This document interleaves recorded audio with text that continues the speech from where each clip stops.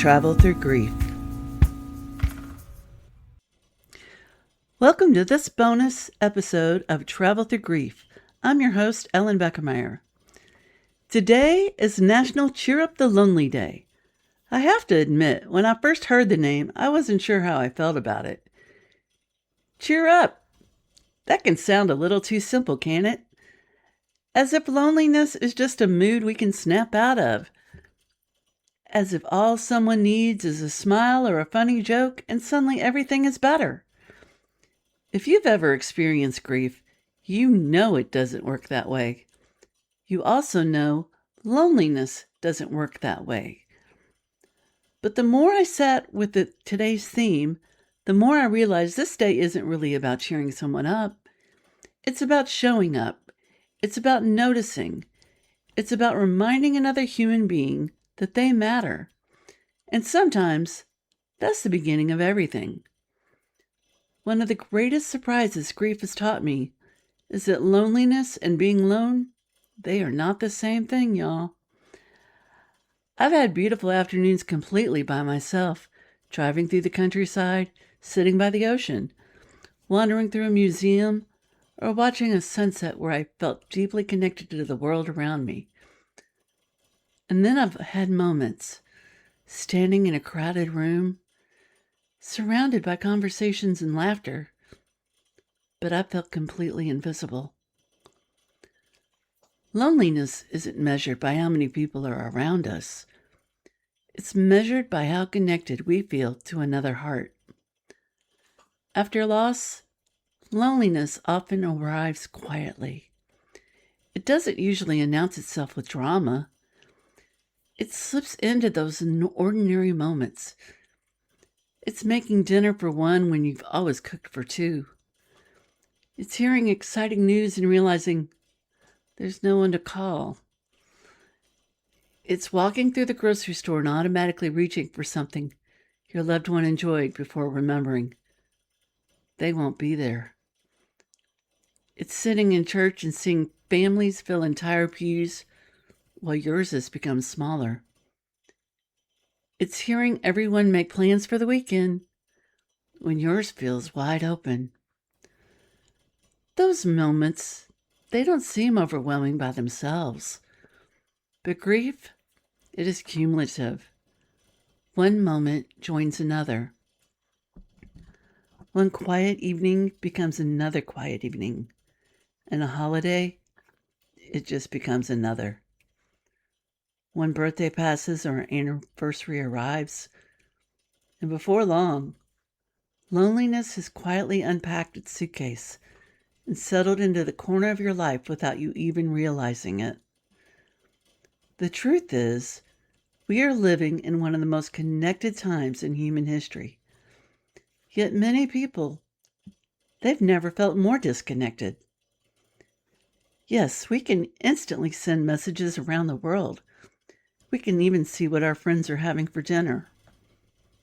We can watch someone vacationing halfway across the globe. We can collect hundreds or even thousands or even millions of followers online. Yet many people, they still go to bed wondering if anyone truly knows them. We have become remarkably connected by technology, while sometimes becoming disconnected from genuine presence. I don't think most people are intentionally overlooking one another. Life simply gets busy. Families have schedules. Jobs demand attention. Children, they need carpool rides and rides everywhere else, it seems. And parents, well, now it's time to start taking care of them. The bills have to be paid. And before we know it, the weeks, they've just kind of passed since we've checked in on someone we genuinely love. It isn't usually a lack of caring. It's often a lack of slowing down long enough to notice. I remember after several of my own losses, the people would often ask, "How are you?" while they were already walking away. I'm sure they meant well. They truly did. But there really wasn't space for an honest answer. Eventually, many grieving people learn to simply reply, "I'm fine," because that just feels easier than explaining what cannot really be explained in a passing conversation. Yet inside, they're carrying an entire world that no one else can see. That's why I think kindness matters so much. Not because it removes grief. It doesn't. Not because it fixes loneliness forever. It won't. But because kindness, it interrupts loneliness. What I think is that it can create a bridge, even if it's only for a few minutes. It reminds another person that they are still part of humanity. You haven't disappeared. You haven't become invisible. Think back over your own life. Chances are the moments you remember most aren't necessarily the expensive gifts or elaborate celebrations. They're often the unexpected acts of kindness. Maybe it's that teacher who believed in you before you believed in yourself, or a neighbor who brought over dinner without being asked. I know for me, it's been many times the stranger who helped me when my car broke down. Maybe it's the friend who remembered an anniversary while everyone else has forgotten. Those moments, they stay with us because they tell us something profound. They tell us we matter. I've often thought about how we never really know what another person is carrying. The cashier who smiles at everyone may have lost someone last month. The person delivering your package, maybe they've just come from a difficult doctor's appointment. The server bringing your meal, maybe wondering how they'll pay rent. Or maybe it's that older gentleman sitting alone in the park. Maybe you just simply wish that someone would say hello. Or a young woman just scrolling on her phone in the airport. Maybe she's just traveling to attend a funeral. We don't know. And perhaps that's exactly why kindness should never require a reason. Travel has reinforced this lesson for me over and over again. Every place I've visited has reminded me that complete strangers quietly make our journey possible. Someone prepared the hotel room. Someone cleaned the sidewalks. Someone cooked a meal. And someone maintained the roads. And someone welcomed me into their community. Most of those people will never know what their kindness meant to me. Yet they become part of my story anyway. Sometimes the smallest interaction during a trip, that becomes the memory you carry home. I've met a lot of people on my trips, and they still mean something to me. Life works the same way. Every day we cross paths with people whose stories we will never fully know. We may never know the battles they are fighting, the prayers they are praying, or the grief they are carrying. But we still have an opportunity to leave them feeling just a little lighter than when we met them. Kindness doesn't have to be complicated. Sometimes it's simply sending a text that says, "I was thinking about you today." Or sometimes it's making the phone call you've been meaning to make. Sometimes it's writing an old-fashioned note. And sometimes it's just remembering someone's birthday after they've lost the person who always celebrated it with them. Sometimes it's just inviting the widow to dinner without worrying whether she'll say yes. And sometimes it's sitting beside someone without trying to solve anything at all. Some of the most healing moments in grief, they come when someone simply stays. They don't rush to fill the silence. They don't offer easy answers. And they don't tell you everything happens for a reason. They simply stay. They listen. They allow your story to exist without trying to edit it. Presence is often far more comforting than advice. There's another side of today's conversation that I think is equally important. Maybe today you're the one who feels lonely. If that's you, I want to speak directly to you for just a moment. Loneliness has a way of telling convincing stories. It whispers that everyone else has moved on. It tells you that people have forgotten you. It convinces you that reaching out would only be a burden. It suggests that if someone really cared, they'd call you first. Those stories, they feel incredibly real. But they are not always true. Sometimes the people who love us are simply waiting for permission to reconnect. Sometimes they're afraid they'll just say the wrong thing. And sometimes they assume we're busy because we look like we're doing well. Sometimes they might be carrying struggles of their own. Human beings are wonderfully imperfect at knowing when another person needs us. Perhaps one of the bravest things we can do is allow ourselves to need one another again. Community doesn't always begin because someone found us.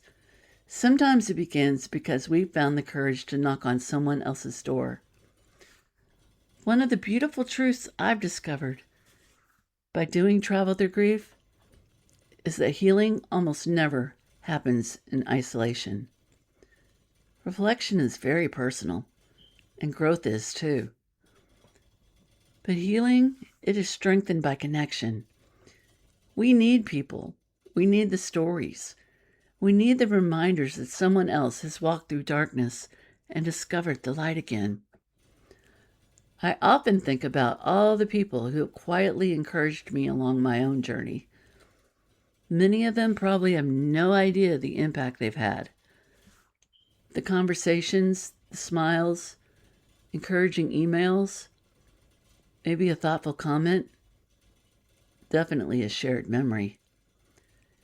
They may have forgotten those moments years ago, but I haven't.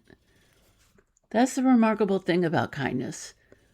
We rarely get to see how far it travels.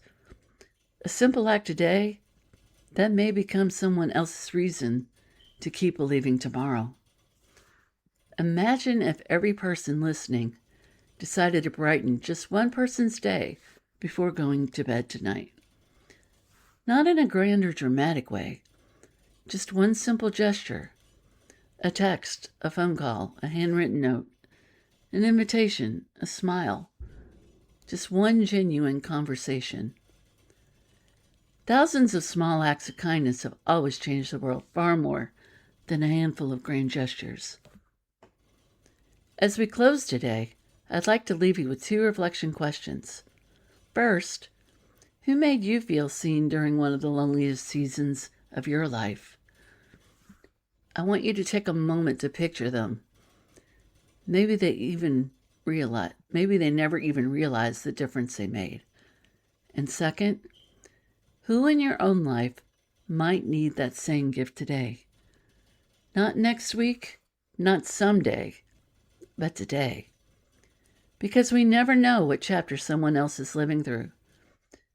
We never know whether our phone call arrives on their hardest afternoon, whether our invitation interrupts an evening of tears, or whether our smile reminds them that they still belong in this world. So on this National Cheer Up the Lonely Day, perhaps the invitation isn't really to cheer someone up at all. Perhaps it's something even more meaningful. Maybe it's to notice, to reach out, to remember, just to remind another human being that they are seen, valued, and not walking this journey alone. And if you're the one who needed to hear those words today, let me say them one more time. You matter. Your story matters. Your presence matters. The world is better because you are still in it. I want to thank you for spending these few minutes with me. Until next time, keep traveling through grief and keep traveling toward hope. And wherever your journey leads, may you also become part of someone else's journey, simply by reminding them that they are never alone If this episode connected with you, I'd love for you to follow our podcast, leave a review, or share it with someone who may need it. Those small actions truly help new podcasts like Travel Through Grief grow and reach more people. And thank you to everyone who has already listened, rated, reviewed, and supported this journey. I appreciate you more than you know.